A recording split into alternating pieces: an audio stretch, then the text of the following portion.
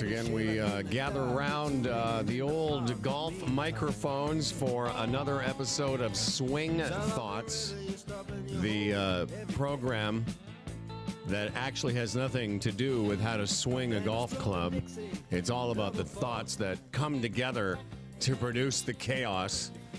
My name's Humble Howard from the Humble and Fred Show, golf spiritual leader, along with Coach Tim, O'ConnorGolf.ca. And some special guests we'll get to here in a moment. Timmer, how are you, buddy?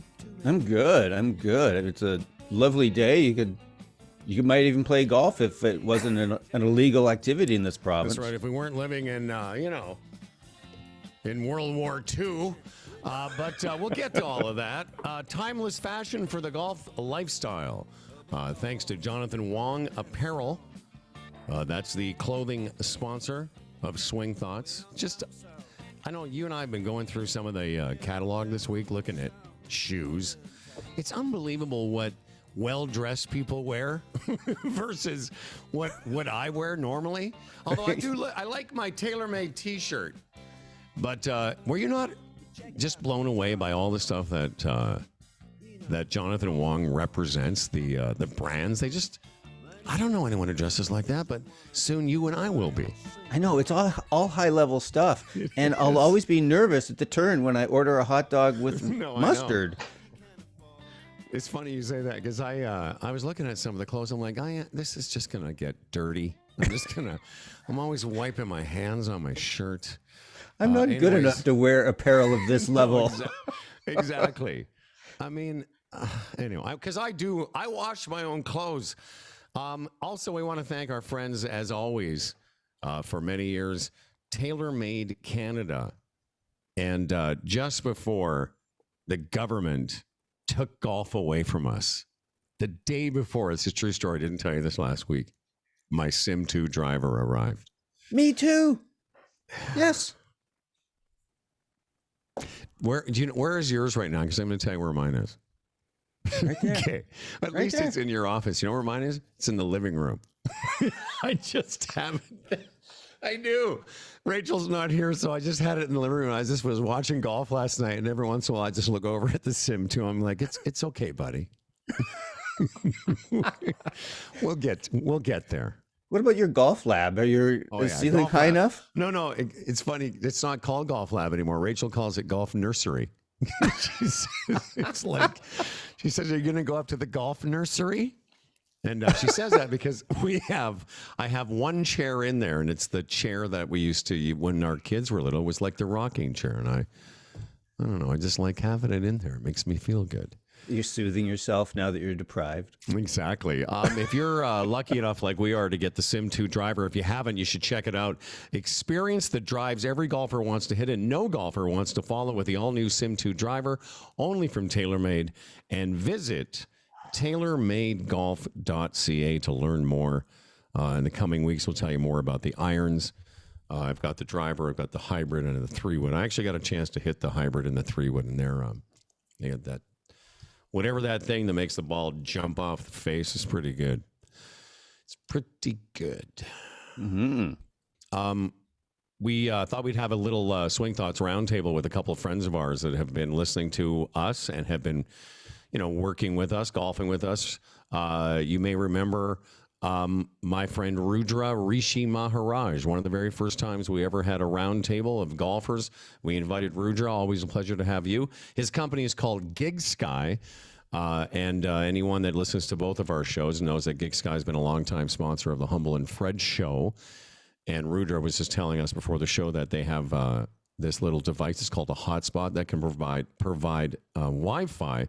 But in your case, you guys are providing some Wi-Fi for kids that don't have it, that are remote learning in Montreal. So welcome, Rudra. Well, good morning, Howard. Good morning, Tim. Morning, Ronan. Good to be here. And Tim, why don't you introduce our other good friend, Ronan Quinn? Yeah, well, Ronan, like Rudra, has been what we call a friend of show right from our humble beginnings. And Ronan and I were talking earlier this week that in our first round table, we had a bunch of guys, and he was there. And so it's really fun to reconvene. And Ronan is a teacher at, I think it's Mount Carmel. and he teaches kind of what old guys like me would call media arts, how to do stuff with communication and use this digital world. And so welcome to the show, Ronan. Why don't you introduce your guests today?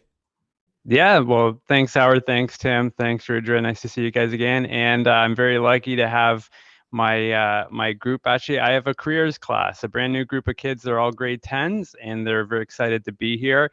I don't know if they can say hello. Can you guys say hello? Hi. There you go. There's a few kids. But anyway, so they're listening in, so we need to be on our best behavior. Yeah, well, you say they're grade 10s?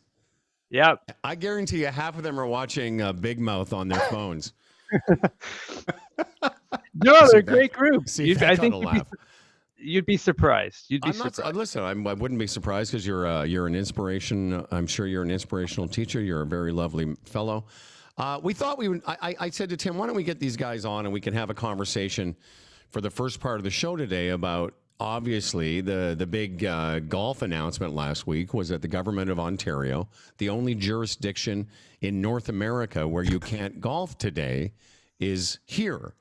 So, I know what I think about it. Maybe, Tim, what do you think about it? And then we'll find out what the guys are doing, kind of what you think about because we all know it's crappy, but then we can maybe talk about what we're going to do to keep the golf going during this time.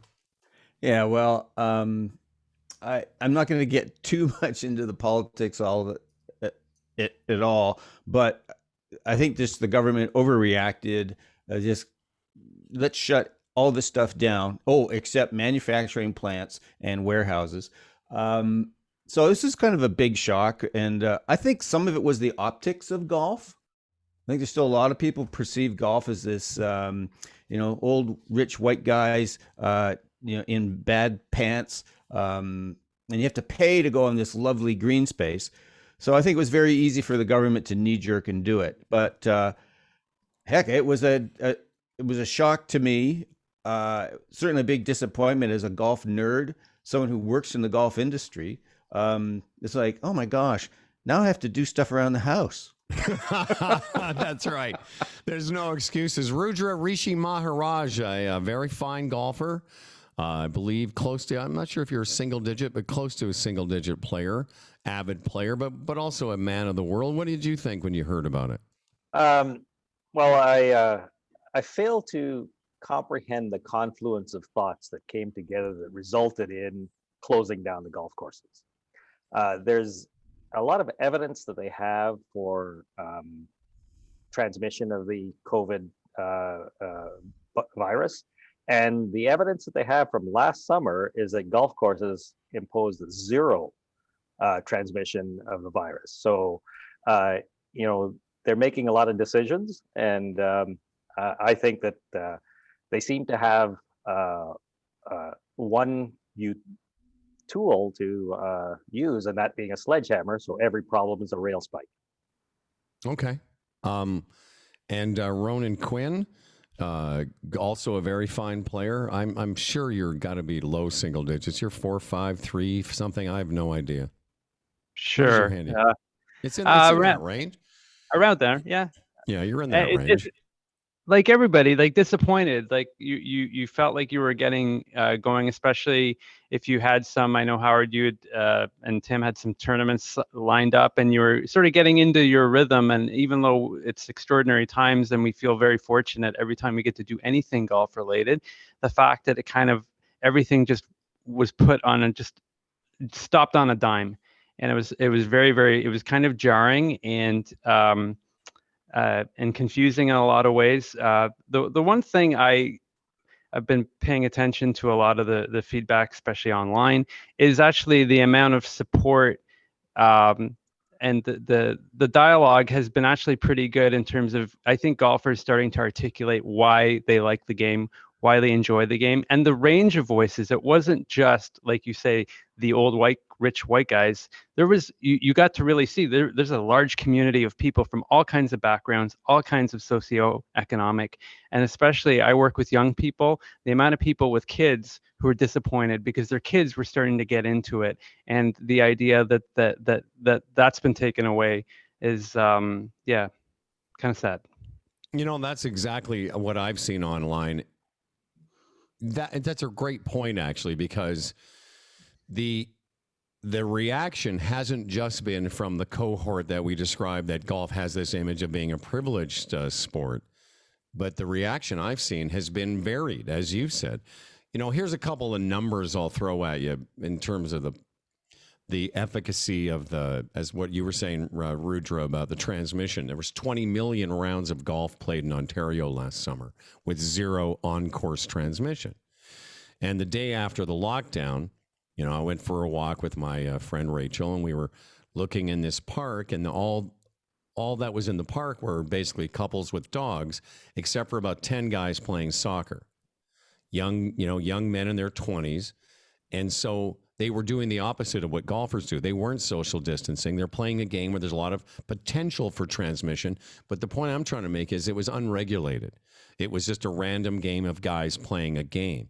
Whereas we all know from our golf course experience, us at Club Link, Rudra at the courses you and I played together, there's protocols in place. So here you had this regulated industry that had 0 cases of COVID, 110,000 people work in it, and I think there's a mental price to be paid for taking it away, especially after, I know we had a mild winter, but we're Canadians. We're conditioned to get out. We need to be out now. So that's what I think. I think what you said, Rudra, it's a sledgehammer, but I think it was all for optics, even though they've found out in the last 7 days that the optics were unnecessary, I think.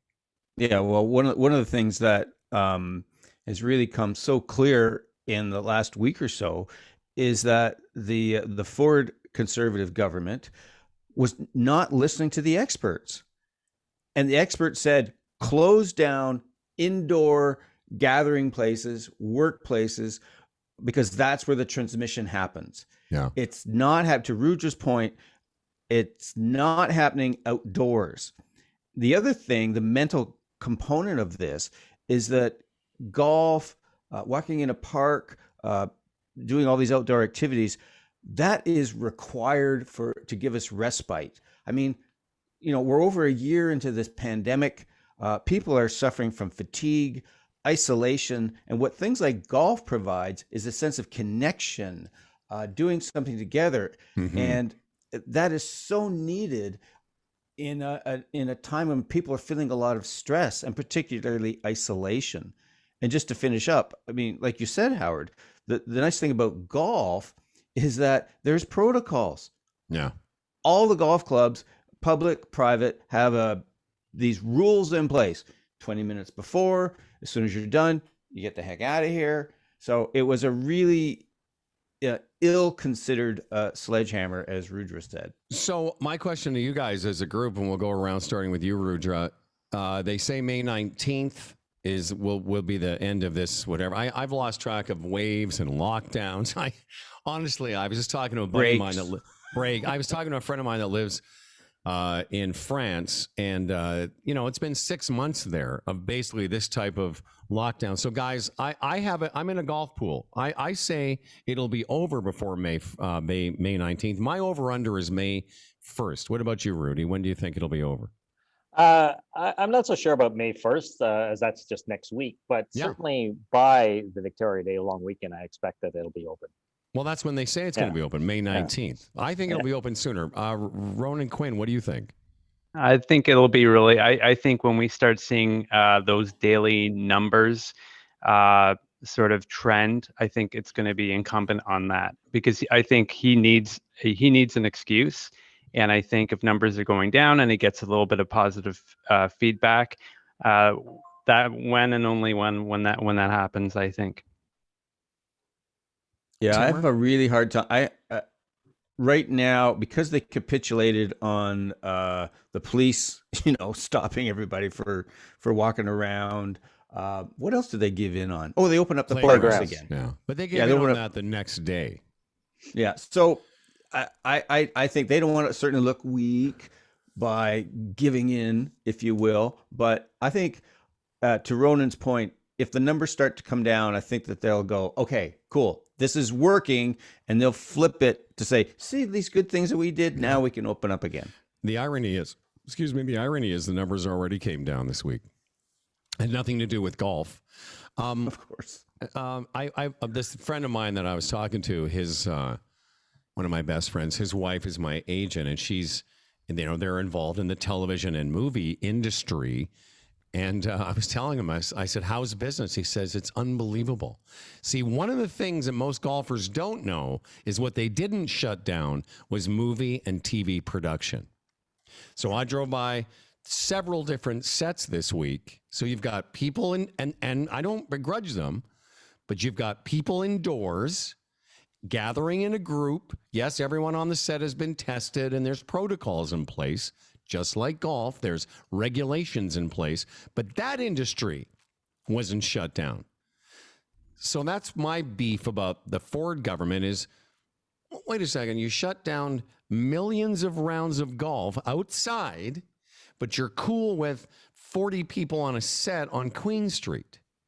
So the overarching idea is that it's all optics, because I will tell you, most people, I know you guys didn't know this, but I'll guarantee you most golfers don't know that they didn't shut down TV and movies for the same reason, which is industry. I get it. But most of us didn't know that. Well, the contradictions are just all over the place. Yep. And the thing that really angered me about this was that they weren't listening to the experts. And that's the problem with people who I'm projecting all over the place. People who tend to be in the conservative realm, whether small c or big C, are more attached to their way of seeing the world, which tends to be dogmatic. They have a way of looking at things, black, white. And so the experts are often saying things that they don't agree with, they don't fall with in their frame of reference. So they disregard the experts. And I think that was happening in the US big time with the orange fellow, but I don't want to name him, of course. But it's still happening. Is that this disregard for the experts who tend to be looked upon as small L or big L liberal? Rant finished. So what are you guys doing?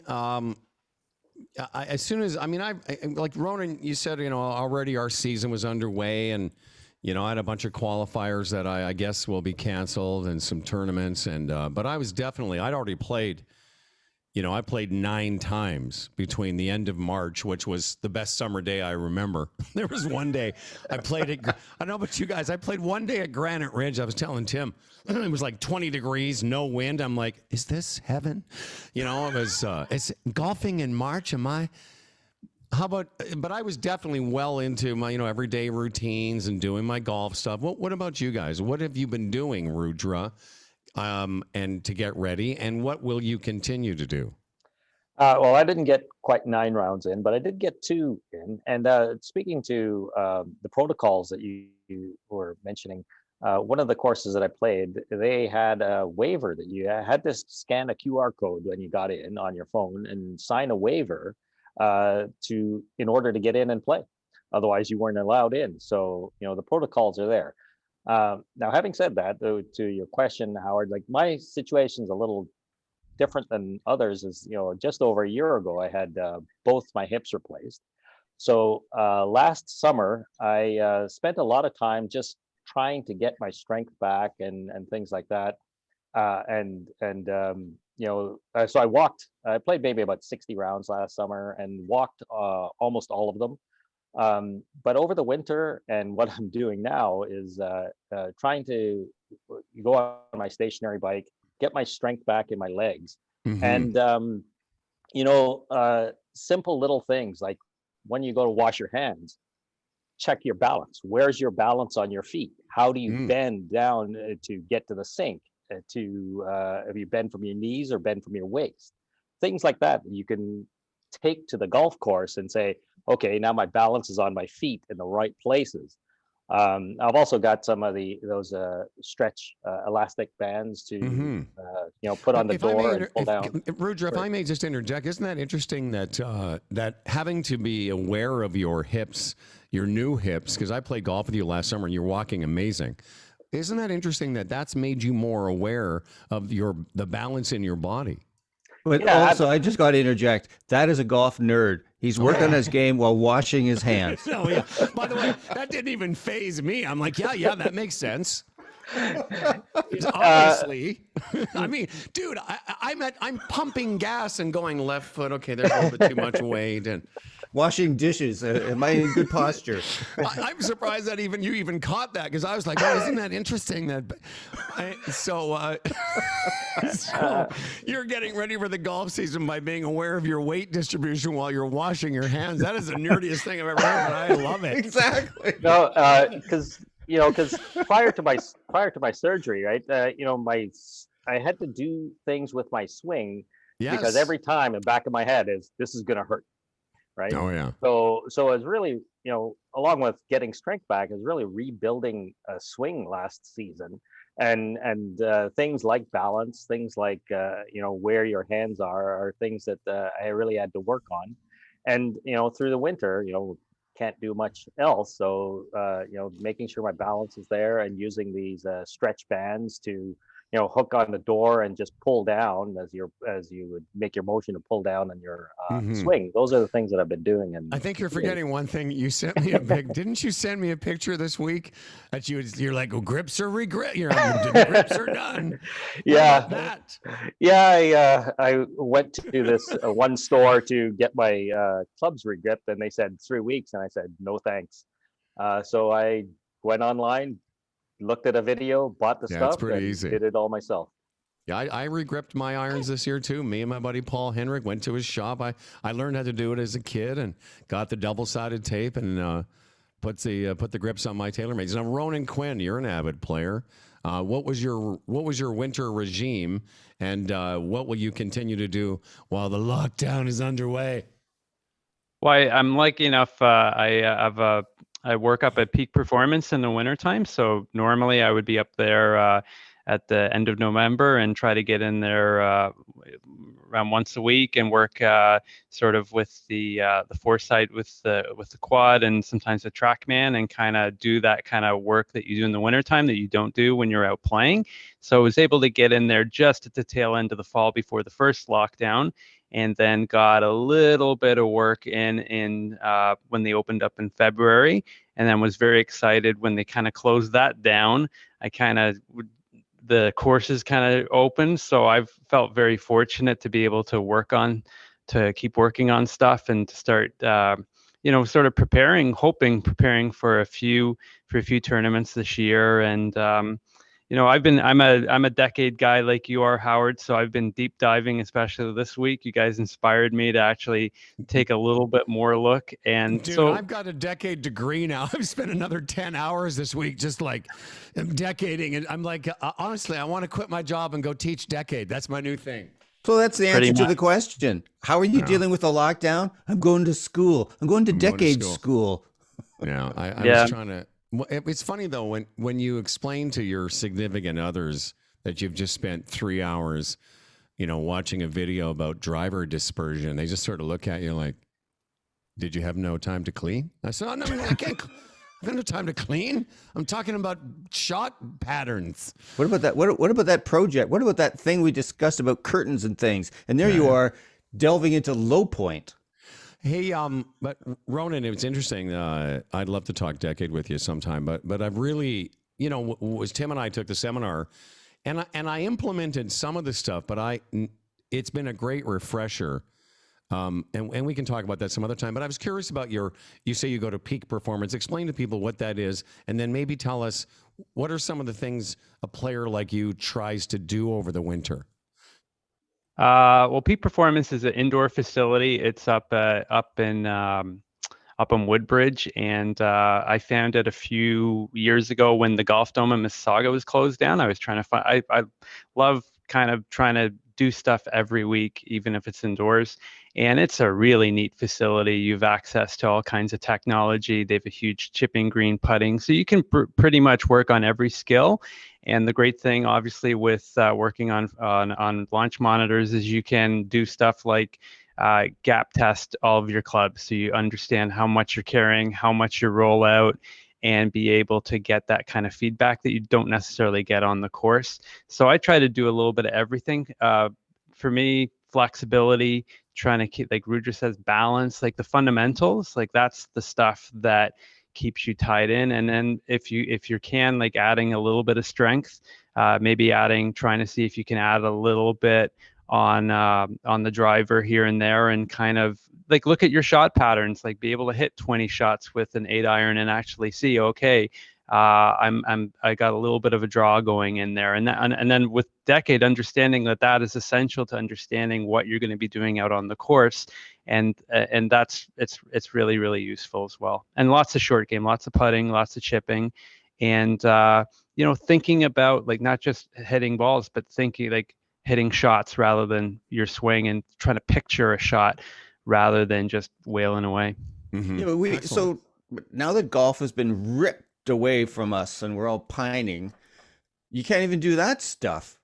So No. like one of the things that I started to do again was start to chip in my hallway. And so I have this routine is every time I come back upstairs, hit 5 balls, then I come back into my office, and I've got my putting ruler thing back out again, Howard. Putting is that ruler to my little speaker target thing. So Yeah. So Howard and then Rudra and Ronan, what are you guys doing now that, because we can't go play golf. We can't even chip and putt outside or anything. What are you guys doing? Well, I'm lucky because I live in a building. I've got a bunch of different floors. So on one floor, I've got the golf nursery, and that's for full swing. It's got a mirror. I've got lines. I've got alignment rods everywhere. I've got all my workout stuff in there. Downstairs, this is how much of a nerd I am. So while we were getting ready for the call, downstairs I've got my putting station set up with a couple of alignment things. I've got a thing that trains your eye line. I've got a thing that trains your stroke. So while I said, "Hey guys, I got to go get a coffee before the show," I went down and I hit 5 or 6 putts while I was waiting for the. Do you also have that? Do you also have that tin cup thing that you put on your visor, Bill? No, smart guy, but I've had it. I've told you that story. Let me tell you a quick story. So when that movie came out, and what's his face, Kevin Costner comes out in the scene, and he's got every golf gadget on him. He's got the thing on his cap. He's got a hula hoop around his thing, and he's got a bunch of other cords. My ex-wife turned to me in the movie and went, "You have all those things." I went, I know. So that's what I'm doing. I'm lucky because I have that. But the other thing that's really great for me is very close to my house. There's an enclosed easement. It's a residential easement between a residential and an industrial area. And it's about 300 yards by 50 yards. So every day I go out with the dog, I can take a full wedge, a gap wedge, even a pitching wedge, and just hit balls back and forth. In fact, the other day, while people, way at the end, people are walking their dogs, I've got my rangefinder, Ronan. It's a true story, because I'm trying to see what my gap wedge dispersion is. That's why this show is the Golf Nerd Show. So there's my dog's running around. I'm like trying to get the tree. Stop it. I'm trying to get the tree. So that's what I'm doing. In fact, even though it snowed this week, I still went out every day and did my little pitches and my chips. So what about you guys before we let you go? So, Ronan, what are you doing? So now that you can't go to peak performance, what are you doing between now and the end of the lockdown? I walk every day. I try to imagine that I've just hit a shot and I'm about to go to a shot. So I'm working with a brisk pace. Hit it badly. Yeah. And Tim and I talk all the time. I think the one thing, and we always joked, what would happen if golf was taken away from you? Like, what would you miss the most? And golf has been taken away, and I miss the walk. I really do. It's that being outdoors, that contemplation, that ability to sort of connect with yourself, especially if you're playing with other people, and that's the thing that you miss most of all. So I whenever I can, I try to boot out there and go for a nice long walk and sort of imagine that even though I'm on 10th line in Mississauga, that I'm actually on a par 4 and I'm trying to see where the hole is. Rudra, Rishi-Maharaj, thanks for joining us today. What are you doing until until golf Christmas comes again? Well, to Ronan's point, when the weather is good enough, I go out and take some walks. But keeping a fitness up is very important. Obviously, to control your breathing, control your heartbeat, and things like that, so that when you're on the course, you're not huffing and puffing at every shot or anything else, right? So you can calm your heart rate down and calm your breathing down. But fortunately, I have a backyard that's large enough that I can take 30-40 yard chip shots and practice there. So I got my bag of found balls that I use and just put them down and chip them in the backyard. That's amazing. Well, That's listen, awesome.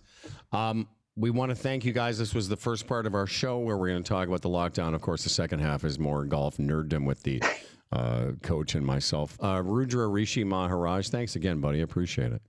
Thanks, guys. Glad to be here. Glad to participate.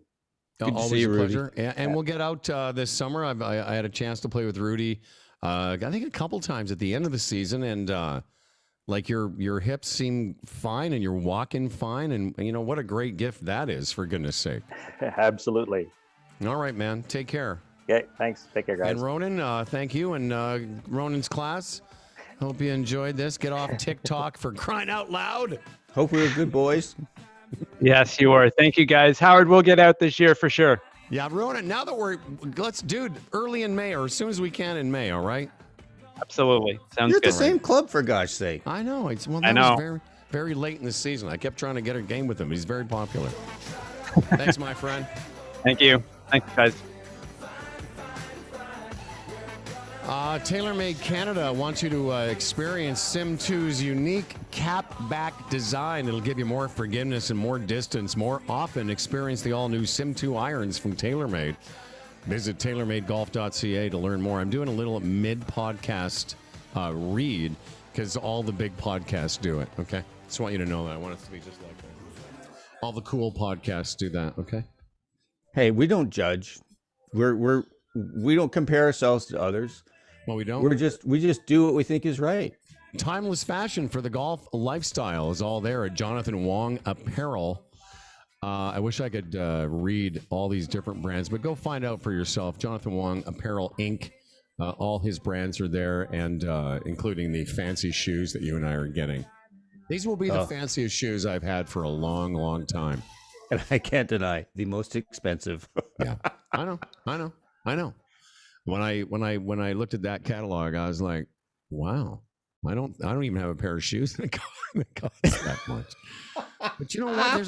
There's a certain person that, and I hope we get a chance to talk about these soon, because I think a lot of people would, you get what you pay for, Oh, totally. That's the thing. What I'm excited about working with Jonathan and brands like Fairway and Green is that this stuff is a level up in terms of quality and fit and all that stuff and feel. So it'll be really fun. But to get back to your point, I'm not sure I have the decorum and habits to take care of this stuff. Well, that's the thing. Do we clean these shoes? I haven't cleaned my shoes, but I was going to say, listen, TaylorMade is no different. There are cheaper golf clubs for you to buy. I think everyone understands that. If you're going to buy TaylorMade, you're buying it because you want the best. And same with Jonathan's stuff. If you're buying that stuff, it's because you recognize that quality costs a little bit more. A set of irons now isn't cheap. But having said that, if you want good ones, well, you're going to have to pay for them. You get value. Absolutely, you get value. You absolutely get value. If you're a golf nerd, you play a lot, and if you don't have clubs that fit you and are not quality, a lot of R&D and all that stuff behind it, you're not going to have as much fun. So it makes sense. Sure. I don't know. You're just funny to me. You're like, you're just like. Am I selling? Do you think I'm selling? No. What made me laugh though is you're just like, you're talking about the R&D behind the project. I don't think most people are like, they're looking up. What's the R&D that TaylorMade? Hey, this is, you know what? I've been in the golf industry for a while, but that was one of the things. Here, a little story. I used to work with Nike Golf. I consulted for them for 10 years. And we're always, part of the story was for Nike, you have to show that they do as much R&D, aka science, guys in labs, hitting things into like little test things. Yes, so people would go, aerodynamics. yes, exactly. So people would go, okay, this stuff is just as legit as Titleist or Callaway or TaylorMade. I don't even think those other brands exist. Hey, the reason I wanted to did you send me this? Because there's so much stuff that goes back and forth between us in a week. Did you send me the 3 phases of golf? Or did somebody else send me this? Was that? Oh, no, I didn't send you that. Well, this is what I thought. It's called the 2-3 rule, the 2/3 rule. And the article begins, it's from, who's this guy? It's called Practical Golf. Have you ever seen his stuff? No, but here's yet another: Practical Golf, Scratch Attitude, all these wonderful names. Yeah, so Practical Golf, actually that's where I got it from. My buddy Ken Osborne at Scratch Attitude. He tweeted this and then I saw it. And it's a really interesting concept. I wanted to throw it by you, see what you thought of it, Tim. Throw it. So what is the 2/3 rule and what it means for your game? As golfers, we all have completely different interpretations of how our rounds go. He says, my gut feeling is that most golfers are way too hard on themselves and they often have wildly unrealistic expectations, I love that sentence, of what their performance should be on the course. Then in bold letters, no matter how hard we try, we just can't accept the fact that golf is mostly a game of mistakes. So he said, I don't know, he goes on to talk about how many rounds of golf he's played, but he said, I'd like to dispel the myth that you need to be firing on all cylinders in all facets of the game in order to become better. So the 3 phases of golf, he's broken them down: tee shots, approach shots, and finesse shots, anything inside 100 yards. And he says, when I think about the better rounds I've ever played, I generally have only been able to be great in 2 of these 3 areas. And then he goes on, and I totally relate to this. He says, I've had rounds where I shot par that featured great ball striking from the tee and my approach shots, but I ended up having 36 putts. So you can kind of see where this is going. And as the article goes on, he talks about how what you're really trying to eliminate is the big fat zero, where nothing is going right. And I know from my own experience, and maybe you'll relate to this, and I hope others will as well, because there's often times where we get too fixated on one of those areas. You're hitting it bad off the tee, so that occupies your whatever on, your frustration. So you're not paying attention to maybe having good approach shots and getting up and down around the greens. Anyway, I recommend this. It's called Practical Golf, the 2-3 rule. But I love the idea that if you can be good in 2 of those 3 areas, I've had I have not been driving the ball exceptionally well this year. I've had a lot of rounds where I've kind of been hitting this sort of necky cut, 235 yard kind of, not that great tee shot, but it's not putting me in trouble. So I've had some decent scores because even though I've not been hitting it great, it's been putting me in places where I can play from. But a lot of us, we get fixated. I do on putting.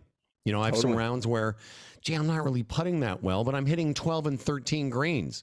So what? You know what I mean? But I love the idea that our expectations, our story, as you would say, that's the thing that's frustrating us, because our expectations, and I think I started this last week, are so wildly out of whack. We don't have a chance. Coach?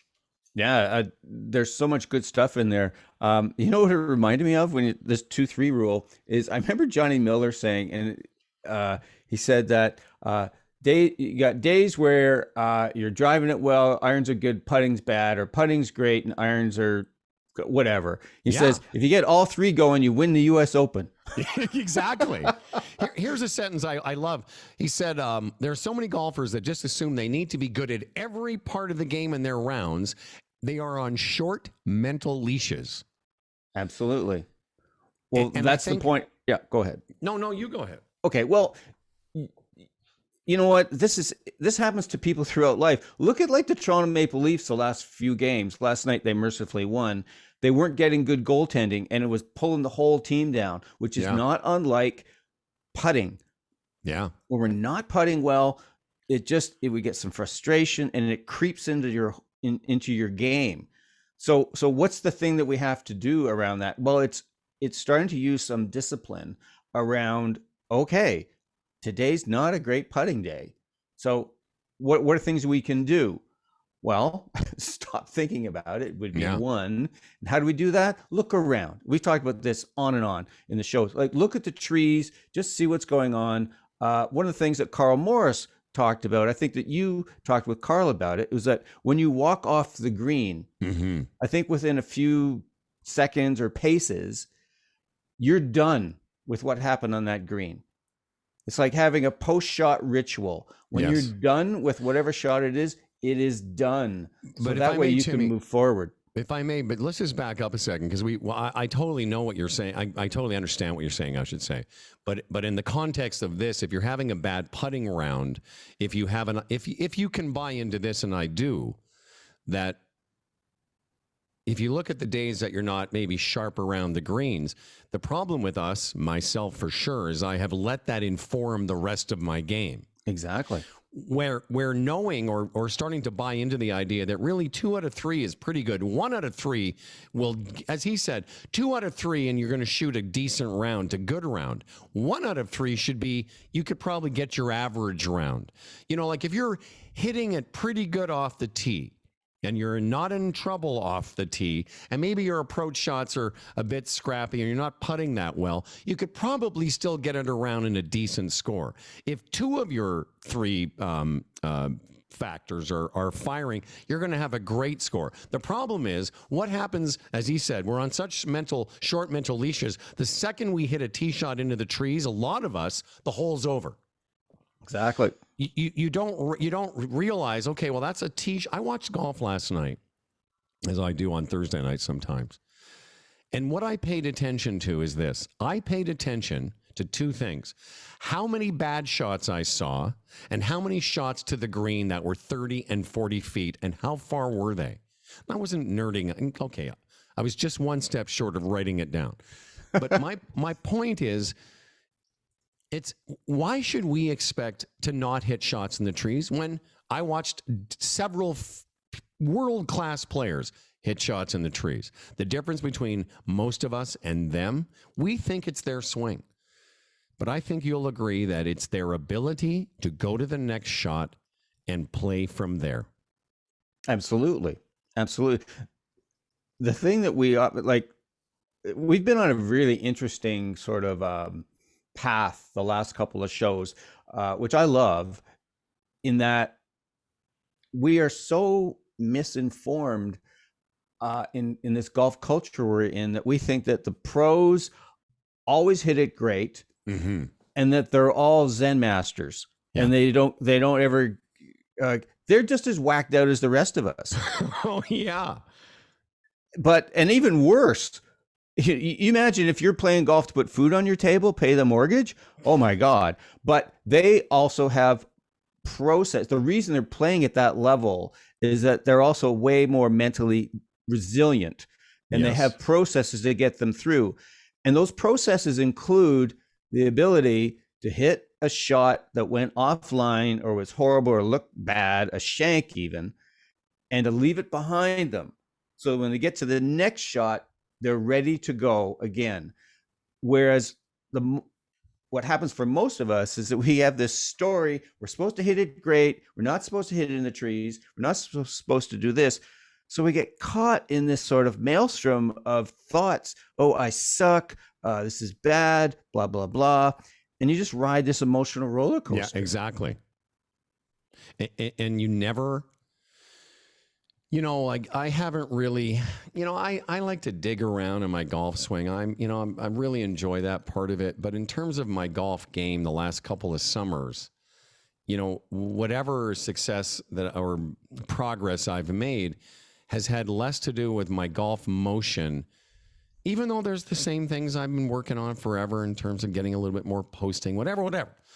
But Yeah. what's the biggest takeaway for me for 2 or 3 seasons now, at least, is the ability to make a bad score and follow that with a good score or an okay score. Because, and the reason I love this article and these types of discussions is because that, I think, is the secret sauce. The secret sauce is, hitting a terrible tee shot. Terrible tee shot. I teed off on the first hole of the Canadian Seniors 2 years ago. No one could even see my tee shot. It was so bad. It was into the sun. I was so nervous. I sky toe chunk flubbed my hybrid. No one even saw it, but thankfully we found it. Then I totally sawed chunked a 5-iron, like just the worst. That I'm just embarrassed. And then I had about 80 yards to the green, and I sank that shot. Now. Sure, it's lucky I sank it, but the moral of that story is I still had the presence of mind to try and hit the best shot I could with my third shot. Now, that is something I didn't possess. And I can tell you from Golf Spiritual Leader, that is the single biggest thing that I have learned to do that has made me a better golfer. Not, yes, and I know people say, oh, it's easy, you can hit a golf ball. It doesn't matter. I hit so many shitty shots in a round, you wouldn't believe it. You're just such a mature man now. And not just chronologically, like the time you spent on this earth. If you could see my nursery, you would not think that's where a mature man lives. Exactly. But mature. Getting better at this game requires a degree of maturity. You go from a stage of when you start to become a fairly more proficient in your ball striking, you think it's all about that. And then you learn about this thing called course management. Yes. And it's about, okay, I have to be able to hit my ball where I can find it next and go ahead. So you start to get that part of the game going. Then there's this other part of game of which we come to all the time, is awareness. And yes. I've hit a shot into the boonies. Oh, crap. Well, yeah, you're disappointed for sure. You might even thump the ground. Yep. But how you go forward is the ability to say, oh, okay, yeah, I'm a little ticked here right now. Whew, better leave that going so that when I get to this next one, I'm ready to go. And I find it and I'm ready and I can see, oh, that's not so bad. Punch it out there, wedge on. Maybe I make a par. Maybe I make bogey at worst. Well, and that's what a lot of amateurs do is they get in trouble. They're mad. And because, again, the expectations are so out of whack that they don't try and chip it out. They try and chip it through the trees. It's like that shot that, the shot that Spieth tried to hit in the Masters. Yep.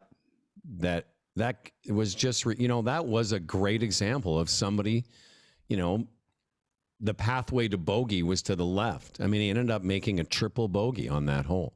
Yeah, for no other reason than he hit and that's the former #1 player in the world made a mistake that if you or I were on that bag, we wouldn't let him make. Winner of 3 major championships. Yep. You know what's also interesting is that, so here's something that unfortunately there's payoff and cost and everything. Phil Mickelson at the Masters hits that shot off the pine straw. Mm-hmm. That on the green, and that was the he went on to win his 2nd or 3rd green jacket or whatever. There's many times in Phil Mickelson's life, even in majors, where he's hit really bad shots. But the U.S. Open, yeah, at the U.S. Open, yeah, exactly. When he lost it, that was where the Aussie won. And yeah, I like him. I can't remember. I can see him, but I can't remember his name. Jeff Ogilvy. That's Jeff right. Ogilvy. Yeah. So. But unfortunately, this is the type of thing that golfers get in their heads is, oh, I got to be brave and have go for it like Phil, go for it. Well, folks, most of the time, it ain't going to work out like that. I'm just sorry. It's just not to. From time to time, what happens when we're in the trees and whatnot, our brains kind of get a better idea of what we need to do. I mean, there's that part of it, but it's playing to what's realistic and what's going to allow me to score better. And most of the time, it's that conservative mindset. Okay, if I can't get the worst I'm going to make is a bogey. Well, a lot of people are doing, like rather than trying to make the bogey once you're in trouble, is they're sort of saying to themselves, well, how can I, make par here, and in doing that, end up making a lot more. To the 2 out of 3 rule, this is a great thing he says here. How many times have we hit a horrible, shot from the fairway and you chunk it, right? Just kind of like I described. You're 40 yards to the green. You rush up to your ball, hastily pull out your wedge. You don't give any thought to calming yourself down and making sure you can just get the ball on the green. He said, instead, you're still cursing yourself. And this is totally me for a long time. Instead, you're still frustrated over the swing that got you there. He says, those are the moments where you go from a 1 out of 3 round to a 0 out of 3 round. 100%. At the time, it may not seem like it, but that 40-yard wedge is probably one of the most important shots of your round, not the one that got you there. And it goes to what my buddy Henrik said to me years ago. He said, it's because we all know this, or maybe you don't, but they say you never want to follow a bad shot with another bad shot. That's right. And that's what got Spieth in trouble. That's what gets most of us in trouble, gets us in trouble. But you only need to follow a bad shot with an okay shot. Exactly. Not a great shot. In the case of the 40-yard wedge to the green where you've just chunked it, rather than try and nip it to that short side pin, just get it on the green. Get your 30-footer, 20-footer, 2-putt it, get the bogey, because what that does is and Paul always says this, good follows good. And it doesn't mean good shots. It means good decisions. Exactly. Follow good decisions. And at the end, you add that up, and those good decisions save you a percentage of strokes per round, And that's all that is acquiring enough okay shots to do okay, Oh, exactly. Well, I'm going to do a little bit of so next week we're going to have another one of our friend of show for a long is Carl Morris, one of the top performance coaches in Europe. And one of the things that Carl talks about, I learned from him, is that we rarely spend time focusing on in between shots, and that's most of golf is between shots. And I remember learning from him a really important lesson that I work with all my clients on, is that indeed have a pre-shot process, whatever it takes for you to get ready for a shot, but also have a post-shot process so that you can let go of whatever shot. So let's say, for hit a drive, and for me, the miss is often left. So let's say I do that. Oh, really? But what I would then do, let's say maybe if I had time, maybe a practice swing. Okay, that's what it feels like. But then I would have a process. For me, my post-shot process is as soon as the club goes in the bag and I hear it hit the bottom of the club, the bottom of the bag, the shot's over. I am done with that shot. Do I do it all the time? Well, no, because I'm a human. But what I'll try and do is, like, as soon as that club is back in the bag, that shot is done, my focus comes on my partners out there, anything but the last shot. And that allows me to sort of draw a line, move on. So when I get to that next shot, I'm ready and I can go through my process. So I'm ready to hit that shot. A lot of the stuff we talk about and have talked about, obviously now for years, is the idea that golf, how this all began, and he references this a lot in the article, but, golf is not a game of perfect, changed my idea of what would make me a better golfer, and that was 1995. The Rotella book. It's kind of Rotella, right? And it's kind of what it was, the jumping off point for our relationship, you and I. And I think a lot of people who gravitate toward this kind of golf talk know of the idea. But the thing is, it's taken me 30 years to understand that what he really means is that you have to be comfortable knowing that mistakes are going to happen every time you play. Every time you play, you're not going to have many 3 out of 3 rounds where all of those things are firing. I had 9 holes last summer, 9-hole stretch where I was hitting it the best I'd hit it all summer, putted great, my approach shots were fine. It was crazy. In fact, it was so good that it was making me a bit nervous. Oh, yeah. It was. Totally out of your comfort zone. It made me uncomfortable. Yep. Because every shot I hit, was close to the face of the club, and I was a couple under par, and it was unsettling. But what I think Bob Rotella has shown me, and I think a lot of our listeners, is that being comfortable from the first tee, knowing that you could hit that thing out of bounds, and then what are you going to do? That's how I've mitigated some of the insanity that I go through, you know. I talked to our friend Kent Osborne the other day, the Scratch Attitude guy, and I said, my biggest joy so far this year, and I'm just being honest, is I played 9 rounds of golf, and not once when I was finished did I want to punch myself in the face. But that's just the truth, like if I can, my goal this year is to have whatever the round of golf is, the club championship, the senior Ontario, a qualifier, whatever it is. I just want to finish the round feeling lighter than I did at the start, because oftentimes I'm like a lot of golfers, I just feel devastated. Can you imagine? Devastated. Oh, totally. After playing, being with like 3 friends on a golf course, a beautiful place, really, I mean, it's just not logical at all. But the interesting thing about this is, so a lot of people would say our game focuses on the mental part of golf. So thus thinking. So if you kind of take a look at it, where do our emotions come from? Why do we feel devastated? Because of our thinking, the stuff that was going on, all the, oh, I'm not as good a golfer as I thought. When am I ever going to get this? Blah, blah, blah, blah, blah. So the thing that really the thing I'm trying to express and taking a long time to do it is thinking leads to more thinking, and more thinking and leads to bad feelings. So if we can just kind of become aware that all this stuff that's going on, all this thinking, if we could just kind of like, okay, thoughts, just let that go. We'll let the story go. We'll try not to figure this out. Let's just enjoy where we're at.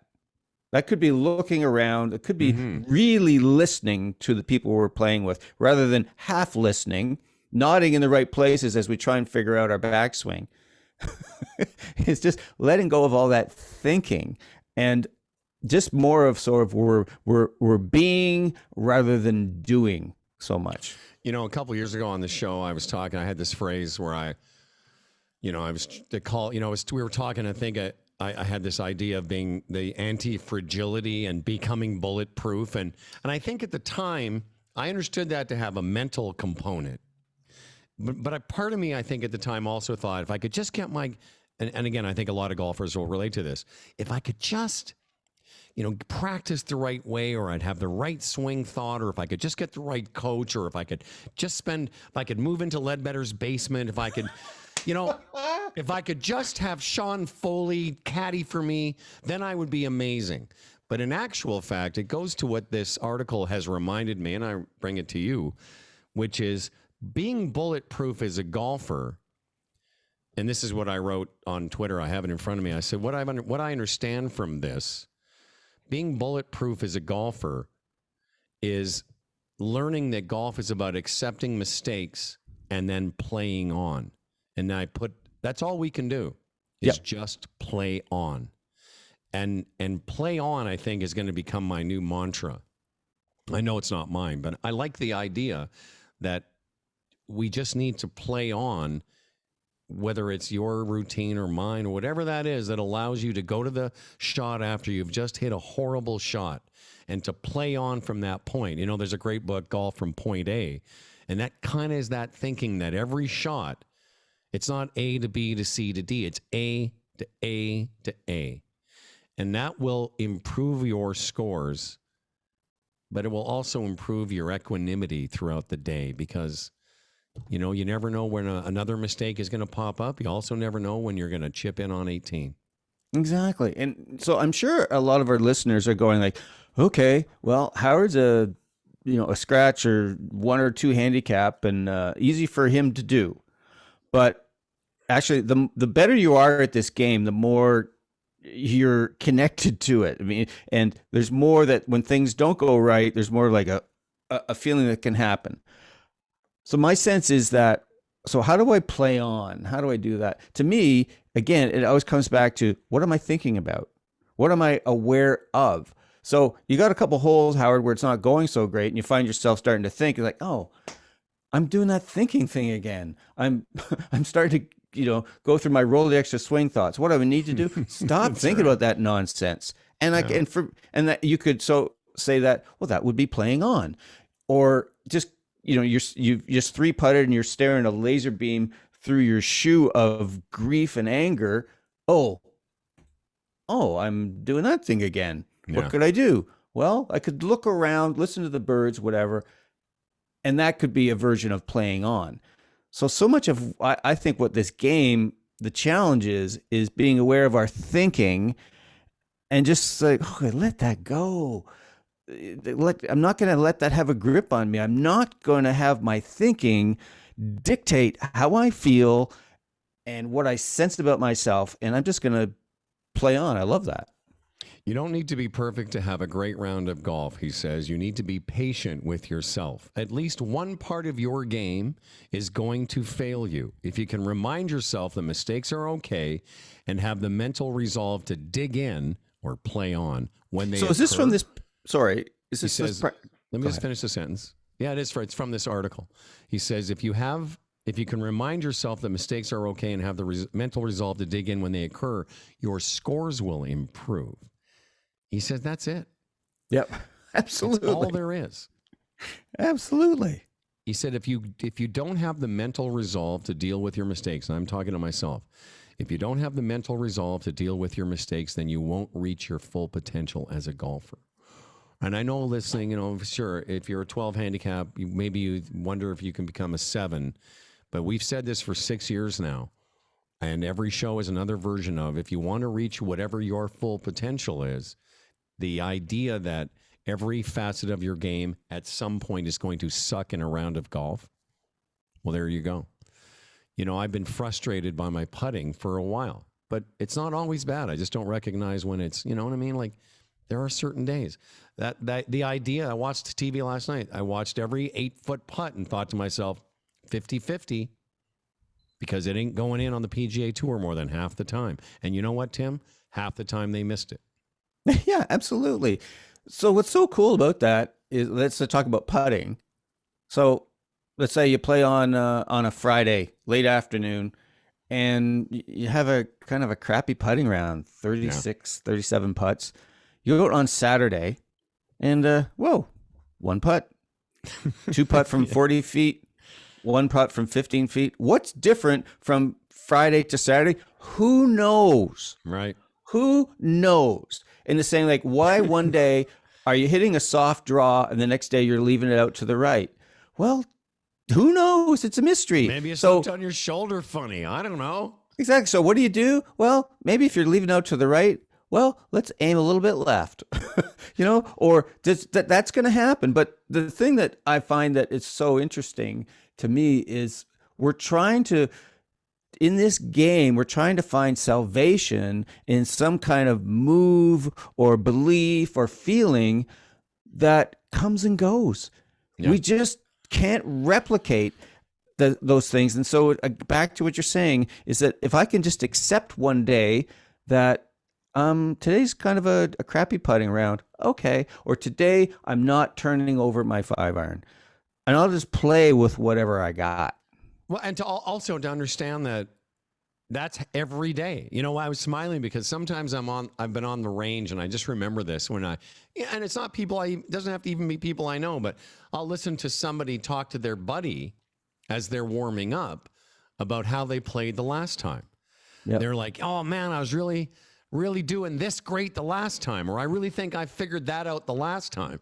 And I always smile to myself. I'm like, well, it's a new day, partner. Exactly. Who knows what's going to show up? And it's the idea, and I think a lot of us that gravitate toward golf do so because maybe we feel powerless in other parts of our lives, and we want to control this thing. And it turns out that it's just like every other part of our lives, that if you let some of that control go, some good things might happen. But at the very least, you won't feel so anguished during this thing you're supposed to enjoy.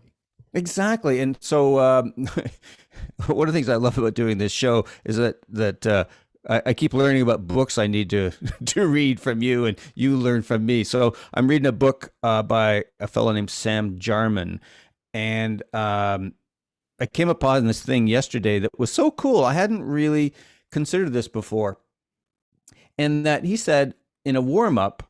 I wish we were playing, gosh, so I could put this into action. He says in a warm up, what often happens is and I'll use this, my own example, use the I word. I'll go out there and go like, oh, I'm supposed to be cutting my irons. This is what I've been working on. I've been cutting my irons, but I keep hitting a soft draw. And well, Sam Jarman would say, well, that would be your shot for the day. Mm-hmm. So rather than going out going, okay, where's that fade? Where's that fade? Where's that fade? Is going out to the range going and saying like, what do I got today? And today I got a kind of a soft draw going. That's the shot today. So instead of going to this place of like, oh, where's that thing I had yesterday? And what was I doing that caused that to happen? Playing with this sense of acceptance of, oh, that's what the golf gods have doled out today. And isn't it interesting because, and we've said this next thing 1,000 different ways, but it's still true, which is you can't control the physical aspect of golf. It's just we feel different. As I said, your shoulder might be tighter, your hip turn may not be the same fluidity. Maybe you had the right amount of beer during the second half of the round, whatever. But what you can control every day, what you can be, the irony is the only thing that is achievable in terms of golf consistency is attitude, approach, and strategy. Those are things you can control. I know it because I tried to control my golf swing. But I know now at the beginning of every round, I know that there are targets I will try, there are strategies I will employ, and there's an attitude that I have that, like I played 9 rounds of golf, and I was talking with Ken. I've had 3 double bogeys, not because I played so great. It's because every time I've gotten in trouble, I went, oh, here's what I can do. I can make a bogey from here. Sometimes I've made par from there, but the only times I made double from there is when I abandoned the strategy, is when I tried to hit something that as soon as I hit it, I'm like, what are you doing? What are you doing? And no, but it's like, because as soon as you get off the path, then you can make a double. It's all... So that's what I think is interesting, that we do a show about the mental aspect of golf, but in order to improve your golf, you can be mentally consistent. That's all you can control. Absolutely. And so I had an interesting chat with Peter Mumford a couple of days ago. He's editor of Fairways, the Greater Toronto Area golf magazine. And we've been doing this monthly thing where he talks, hey, to the coach. He says, what do you want to talk about this month? I said, golf culture. He says, what do you mean? He said, well, it's the predominant way that we think in this paradigm. And it's all this stuff of that we need to do it right. And just back to what you talked about, expectations, that we're supposed to do things a certain way. You're supposed to hit the fairway all the time and all of this. And then if it goes wrong, well, it must be because I'm pronating rather than supinating, and I'm doing this with my right elbow, and I'm not doing all this. And I just was telling to Peter, I said, it's really unfortunate to me is that the predominant culture is you have to hit it great to have fun. Your salvation is mechanics. And I'm thinking like, you know what? Golf is way bigger than that. If you go out, to me, go out with a sense of play and freedom and discovery, you're going to have way more fun. And the irony is you're going to play better golf. Am I going to be happy if I hit it crappy? No. But if I have the right attitude, what you're talking about, the irony is I tend to play better and have more fun, and I get over the disappointments, and I just don't get thrown off as much. I think also you employing that attitude also has, for me, helped me take it less personally. And I started thinking about that last summer quite a bit at the end of the season, about how golf shots aren't me. They're just something that happened. And, let me finish up today by saying, like Ronan mentioned Decade. I mentioned Decade the last couple of weeks. I've reached out to one of the two guys that run Decade because Scott Fawcett is just overwhelmed right now. After the whole Zalatoris thing. The Zalatoris thing and Chambly talking about him during the Masters coverage. But I reached out to Lou, and one of the things that Decade does, and it's not just for elite players. There's a whole section there for just your everyday 80 shooter. I think if you're an 85 or under shooter, it's fantastic. Even if you're a 90 shooter, there's some things in there that we're talking about. But one of the things that Decade does is it gives you a realistic sort of approach to how to play the game. It has nothing to do with, whether you're hitting 10 or 12 or whatever greens. It's all about what are the likelihoods, what are the outcomes that you can expect that will maybe keep you. So when you make 4 bogeys in a row, which we've all done, or a couple of doubles, or whatever that thing is that bothers most of us, that you'll realize that over the course of the round of the season, just employing a more sort of realistic strategy, eventually you'll get to where you want to go, which, we all want to have fun playing golf. I know.